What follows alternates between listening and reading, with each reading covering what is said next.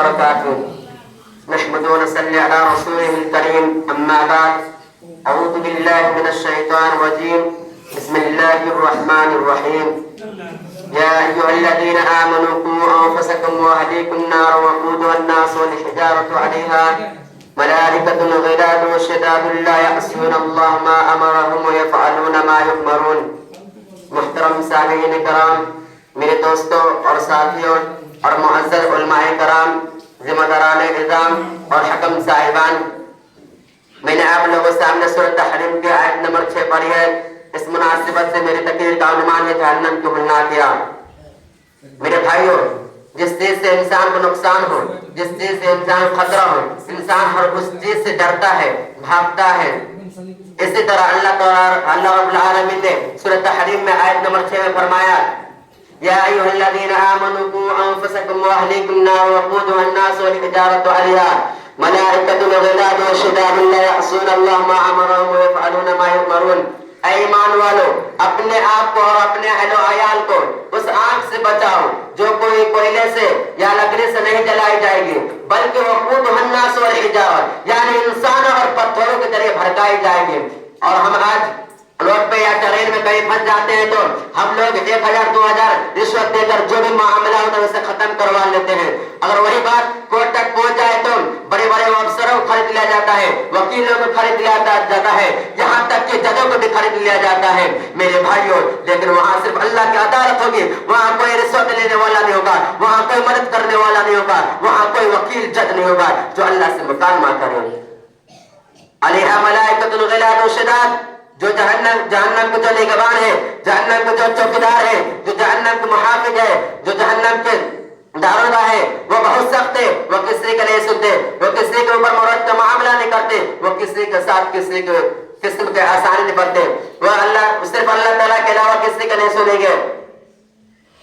ما امر اللہ یفعلون ما یؤمرون، جو اللہ تعالیٰ اسے حکم دیا ہے، جو کام سونپا ہے، جو ذمہ داری اسے عنایت کیا ہے، اس کام کو پوری ایمانداری اور دیانتداری کے ساتھ بجا لاتے ہیں. وہ اتنا ہی کریں گے جتنا کہ اسے حکم ملا ہے. اس داروغے کا نام حضرت مالک علیہ السلام ہے. میں کہے وہ کون سے پتھر ہے جس سے جہنم بھڑکائی جائے گی؟ وہ پتھر وہ ہے جو دنیا کے اندر جو لوگ اس پتھر کے سامنے سر جھکایا کرتا تھا، اس کو مالک اور خدا مانتا تھا، وہی پتھر اور اسی انسان سے جہنم بھڑکائی جائے گی. محترم سامعین کرام، ہم آپ دیکھتے ہیں کہ موسم کبھی سرما ہوتی تو کبھی گرما. یہ موسم کے اندر تبدیلیاں کیسی ہوتی ہیں، سائنس ہمیں کیا کہتی ہے؟ ہمیں سائنسوں کی باتوں پر اعتماد نہیں ہوتا. کیونکہ ان کی بات کبھی درست ہوتی ہے تو کبھی غلط. اس کی وجہ ہم لوگوں کو اس سائنس کی باتوں پر اعتماد نہیں ہوتا. ہم لوگوں کو صرف اور صرف قرآن و حدیث کی باتوں پر ایمان ہے اور رکھنا چاہیے. حضرت ابو ہریرہ رضی اللہ عنہ سے روایت ہے، رسول اللہ صلی اللہ علیہ وسلم نے فرمایا اشتقت النار الى ربها فقالت رب اكل بعدا فأذن لها بنفسين، نفس في الشتاء ونفس في الصيف، فأشد ما تجدون من الحر وأشد ما تجدون من الزمهرير. دوزخ اپنے رب سے شکایت کرے گی کہ اے میرے پروردگار، میرے ایک حصے کو دوسرے حصہ کھا رہی ہے، میرے دم گھٹ رہے ہیں، مجھے سانس لینے کی اجازت دیجیے تاکہ میں اپنے حصے کو بچا سکوں. تو اللہ تعالیٰ اسے 2 سانس لینے کی اجازت دیتا ہے. جب وہ اپنے اندر سانس کو سموتے ہیں تو موسم سرما کی شدت کو ہم لوگ محسوس کرتے ہیں اور انہیں سانسوں کا اثر رہتا ہے. اور جب وہ اپنے سانس کو چھوڑ دیا تو ہم لوگ موسم گرما کی شدت کو محسوس کرتے ہیں. اس لیے جب اللہ کے نبی صلی اللہ علیہ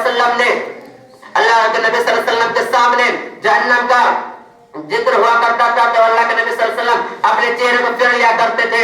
اس سلسلے میں ایک بخاری کی روایت ہے کہ حضرت عدی بن حاتم کہتے ہیں کہ اللہ کے نبی صلی اللہ علیہ وسلم کے سامنے جہنم کا ذکر ہوا فاشار بوجہ تو اللہ کے نبی صلی اللہ علیہ وسلم اپنے چہرے کو پھیر لیا.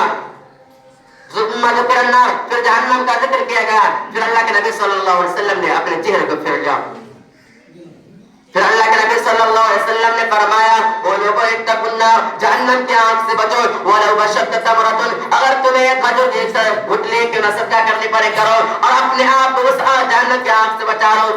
میرے بھائیوں، اگر کوئی شخص سچے دل سے اللہ کے راہ میں ایک کھجور صدقہ کرتا ہے وہ جہنم سے بچنے کے ایک ذریعہ بن جاتا ہے. اور اگر کوئی شخص بہت زیادہ لاچار ہے، نادار ہے، اس کے پاس کچھ کھانے پینے کو نہیں ہے تو اللہ کے نبی فرمایا فمن لم یجد فبکلمۃ طیبہ، تم اپنی زبان سے اچھی بات نکالا کرو، تم اپنی زبان سے اچھی باتوں کی طرح رہنمائی کرو، وہ اچھی بات کے عوض میں اللہ تعالیٰ تمہیں جہنم سے نجات دے دے۔ اللہ اکبر۔ اور جہنم کتنی گہری ہوگی وہی ہمیں اللہ کے نبی صلی اللہ علیہ وسلم نے بتایا ہے۔ سیدنا ابو ہریرہ رضی اللہ عنہ سے روایت ہے، رسول اللہ صلی اللہ علیہ وسلم فرماتے ہیں تو اللہ کے نبی صلی اللہ علیہ وسلم، ہم لوگ اللہ کے نبی صلی اللہ علیہ وسلم کے ساتھ میں تھے، اچانک کوئی چیز گرنے کی آواز سنائی دی تو حضرت ابو ہریرہ سے کہا اے حضرت ابو ہریرہ یہ جانتے ہو کس چیز کی آواز تھی؟ تو حضرت ابو ہریرہ نے کہا اللہ اور اس کے رسول بہتر جانتے ہیں۔ تو آپ صلی اللہ علیہ وسلم نے فرمایا یہ ایک پتھر ہے کہ جو 70 سال پہلے دوزخ کے اندر پھینکا گیا تھا اور وہ دوزخ میں لگاتار گر رہا تھا یہاں تک کہ وہ پتھر اب جہنم کی گہرائی تک پہنچا ہے۔ میرے بھائیوں جہنمیوں کا کھانا پینا کیسا ہوگا؟ آج تو ہم دنیا کے اندر طرح طرح کھانا کھاتے، طرح طرح کے میوے کھاتے، طرح طرح کے ڈرنکس پیتے ہیں۔ قرآن کہتا ہے سورہ دخان کی آیت ہے ان شجرۃ الزقوم طعام الاثیم کالمہل یغلی فی البطون۔ لوگوں جہنمی لوگوں اللہ نے جو کھانا تیار کر رکھا ہے وہ زقوم کا درخت ہے، اسی درخت کے پتوں کو کھلایا جائے گا جو تیل کی تلچھٹ جیسی ہوگی۔ جب جہنمی اس کھانے کو کھائیں گے تو ان کا پیٹ کھلنے لگے گا، انہیں پینے کے لیے خون پیپ اور بدبودار کھولتا ہوا پانی دیا جائے گا۔ جب جہنمی اس پانی کو پیئیں گے تو جب جہنمی اس پانی کو پیئیں گے تو وہ جیسے اس پانی کو منہ میں ڈالے گا تو وہ پانی اپنے ساتھ پیٹ کے اندر تمام چیزوں کو باہر نکال دیں گے۔ محترم سامعین کرام، ہم اور آپ دیکھتے ہیں کہ ہم اور آپ بہت آج کے لوگ دنیا کے اندر اپنے چہرے پر ناز کرتے ہیں، اپنے جسم پر فخر کرتے ہیں، اور ہماری مائیں بہنیں اگر میک اپ کرنے بیٹھ جائے تو اس میں گھنٹوں صرف کر دیتی ہیں، لاکھوں لاکھ روپے خرچ کر دیتے ہیں اپنے چہرے کے اوپر، اور ہمارے نوجوان اپنے جسم کے اوپر لاکھوں کروڑوں خرچ کر دیتے ہیں۔ شاید اسے یہ نہیں معلوم کہ اگر ہمارا ٹھکانہ جہنم ہو گیا تو اگر ہمارا ٹھکانہ جہنم ہو گیا تو یہ چہرہ کوئی کام نہیں آئیں گے، یہ جسم کوئی کام نہیں آئے گا۔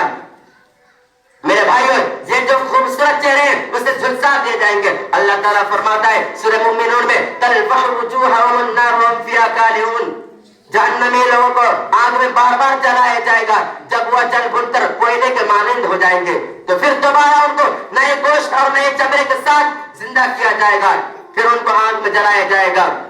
یہ عذاب بار بار ہوتا رہے گا، پھر اللہ کے حکم سے ایک دمبا کی شکل میں موت کو لایا جائے گا اور جنتی اور جہنمی کے سامنے رکھ کر اس کو قتل کر دیا جائے گا اور کہہ دیا جائے گا جو شخص جنت میں چلا گیا پھر اس سے کبھی موت نہیں آئے گی، جو شخص جہنم میں چلا گیا پھر اس سے کبھی موت نہیں آئے گی۔ جہنمی کو اتنے عزیز دیں گے کہ وہ موت کا مطالبہ کریں گے لیکن انہیں موت نہیں دیا جائے گا۔ جہنمی موت کا بار بار اصرار کریں گے لیکن انہیں موت نہیں دیا جائے گا۔ آخر میں دعا ہے کہ ہم تمام لوگوں کو جہنم کے آگ سے بچائے۔ آمین وآخر دعوانا الحمدللہ رب العالمین۔ والسلام علیکم ورحمۃ اللہ وبرکاتہ۔